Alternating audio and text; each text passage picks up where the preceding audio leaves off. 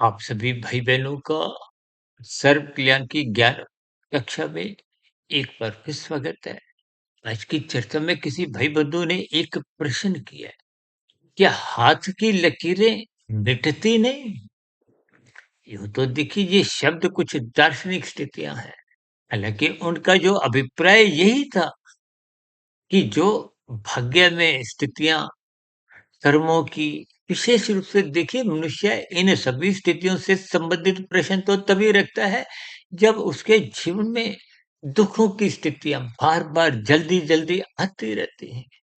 देखिए जब जब आपके जीवन में निरंतर सुख बने रहते हैं तो कोई भी मनुष्य इन हाथ की लकीरों को नहीं पढ़ता, जन्म पत्री लेकर इधर उधर कहीं भटकाव की स्थितियों में नहीं आता।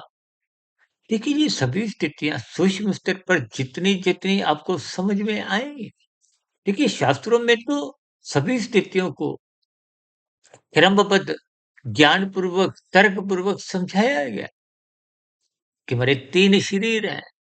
कोई शरीर माता के गर्भ में जब निर्माण प्रक्रिया में आरंभ होता है एक प्रथम कोशिका के साथ, क्योंकि जब सूक्ष्म शरीर कारण शरीर आत्मा और परमात्मा का प्रवेश होता है तो फिर स्थूल शरीर के सृजन की स्थितियां बनती हैं। 9 माह 9 दिन की स्थितियां शास्त्रों में कही गई हैं और इन बात से तो आप और हम पहले से ही गृहस्थी लोग परिचित हैं। और जन्म होने हालांकि देखिए जन्म की स्थितियां होने के बाद ही आप उस समय विशेष को कहीं कहीं कुछ जन्म पत्री बनवाते हैं। हालाँकि देखिए मेरा इन विषयों में कोई रुचि नहीं है, लेकिन फिर भी स्थितियों को शास्त्र सम्मत कुछ न कुछ हम प्रकाश डालते हैं, क्योंकि माता के गर्भ में आते ही आपका हमारा जो एक प्रारब्ध है, प्रारब्ध में देखिए जाति, आयु, भोग निश्चित हो जाते हैं। प्रारब्ध का मतलब आपकी जाति यानी कि मनुष्य योनि माता के गर्भ में आते ही निश्चित हो जाती है और मरते दम तक वही बनी रहती है। आयु का अभिप्राय साँसों से है। अब उन साँसों का अभिप्राय आप जीवन की आयु से लगाओ या किसी और स्थितियों से भी। देखिए जब आपकी दिनचर्या सात्विक होती है तो आप नियमित साँसें आपकी चलती हैं। जब राजसी होती हैं तो साँसें थोड़ी तेज चलती हैं। जब तामसी स्थितियाँ होती हैं तो साँसों की गति बढ़ जाती है। तामसी का अभिप्राय निषेधात्मक स्थिति है। जब आप कानून का उल्लंघन करते हो, शास्त्र विरुद्ध पापकर्म करते हो, तो दोनों में ही भययुक्त स्थितियाँ होती हैं। भय में सदा ही साँस तेज चलती है। और सांस तेज चलेगी तो आयु जल्दी खत्म हो जाती है। और तीसरी बात है भोग। भोग का अभिप्राय सुख दुख। सुख का अभिप्राय अनुकूल परिस्थितियों से है, दुख का अभिप्राय प्रतिकूल परिस्थितियों से। जिन कर्मों को आप पहले के मनुष्य योनि में कर चुके थे वो भी पके नहीं थे। पकने का अभिप्राय फल देने लायक उन्मुख नहीं हुए थे। अब वो फल तैयार हो गए हैं और परमात्मा की व्यवस्था में जिन फलों की देखिए जो प्रारब्ध रूप में लिख दिए जाते हैं, अब किसी के देखिए 300 पुण्य कर्म है, 700 पाप कर्म है। तो 700 पाप कर्म अक्सर देखिए जब अधिक अनुपात पापों का होता है, प्रतिकूल परिस्थितियां अधिक आएंगी। उन स्थितियों को आप और हम किसी यंत्र मंत्र से विशेष रूप से देखिए कुछ 1.5 2 महीने पहले भारत के उत्तर प्रदेश राज्य में कुंभ का आयोजन मेला हुआ। कुछ धारणा साधारण मनुष्य में देखिए संसारी मनुष्यों में ऐसी होती है कि गंगा स्नान कर लो, डुबकी मार लो तो हमारे किए गए पाप कर्म धुल जाएंगे। देखिए कर्म कोई भी बिना भोगे धुलता नहीं, समाप्त नहीं होता। उसके प्रभाव को भले ही आप कमजोर कर सकते हैं, लेकिन प्रभाव को कमजोर करने के लिए आपको नया पुरुषार्थ सात्विक करना होता है। अक्सर मैं उदाहरण में कहता हूँ कि आपके प्रारब्ध में जाए देखिए जैसे नमक की मात्रा 2 चम्मच डल चुकी है, तो जितना 2 चम्मच नमक डल चुका है उसको किसी की कोई भी व्यवस्था, कोई भी गंगा स्नान हो, कोई यंत्र मंत्र हो, किसी भी प्रकार के आयोजन से वो 2 चम्मच की मात्रा नमक की निकाली नहीं जा सकती, समाप्त नहीं हो सकती। लेकिन नए पुरुषार्थ द्वारा आप उपयोग करके कार्य करो। साधना के मार्ग पर कर्म योग में स्थित हो, यानी कि किसी भी रूप में जब आप सात्विक स्थितियों में संलग्न होते हो, तो वो सात्विक स्थितियाँ एक शहद की भाँति है।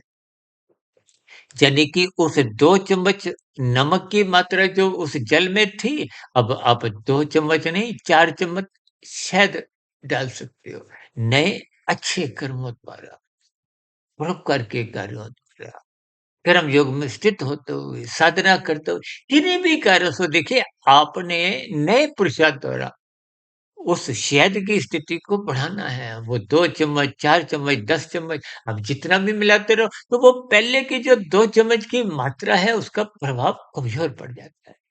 देखिए, तकनीकी रूप से स्थितियों को आप जितना-जितना ज्ञानपूर्वक समझोगे, ये जो हाथ की लकीरें हैं और भी देखिए स्थितियाँ, ये संसारी भाषा में बोल दी जाती हैं। जबकि तकनीकी रूप से देखिए, हम तो अपने सभी पाँचों चैनलों में सुबह ब्रह्म मुहूर्त ज्ञान उपदेश कक्षा में सैद्धांतिक विषयों को लेते हैं। ये शाम की सर्व कल्याण वृक्ष में हम आपके प्रश्नों को भी लेते हैं और कुछ साधारण तर्क पूर्वक स्थितियों पर प्रकाश डालते हैं। उसको प्रकृति के 3 गुणों से, आपके बड़े 3 शरीरों से आत्मा परमात्मा के सजातीय संबंधों को उजागर करते हैं।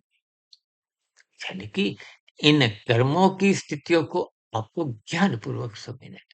देखिए, अनुकूल परिस्थितियों का तो आप और हम त्याग कर सकते हैं, लेकिन प्रतिकूल परिस्थितियाँ को हम गैर ज़मानती वारंट से इसलिए जोड़कर समझाते हैं कि इनका त्याग नहीं है। देखिए, सरकार द्वारा कोई पुरस्कार मिले तो आप और हम मना भी कर सकते हैं लेने से, लेकिन जब किसी न्यायालय द्वारा कुछ दोष अपराध साबित हो जाता है, तो जो आपको सज़ा दी जाती है, उसको लेने से आप मना नहीं कर सकते। ठीक यही स्थितियाँ कर्मफल सिद्धांत की। देखिए, कर्मफल सिद्धांत स्वयं अपनी इस बात की मोहर लगाता है, पुष्टि करता है। कर्म पहले होगा, फल बाद में आएगा और फल आना सुनिश्चित है, निश्चित है। इसीलिए उस कर्म फल के साथ एक सिद्धांत शब्द जुड़ा है। देखिए, हम सभी स्थितियों को तर्कपूर्वक समझाने का प्रयास करते हैं। इन सभी स्थितियों को आप भी ज्ञानपूर्वक समझिए। लेकिन जो स्थितियाँ घट चुकी हैं, उनको तो आप और हम कोई तर्कपूर्वक और परिवर्तन नहीं कर सकते। यानी कि वो जो हाथ की लकीरें मिटा नहीं सकते, लेकिन नया पुरुषार्थ आप करिए। क्योंकि मनुष्य जोनि कर्म जोनि है, साधना जोनि का एक अवसर है।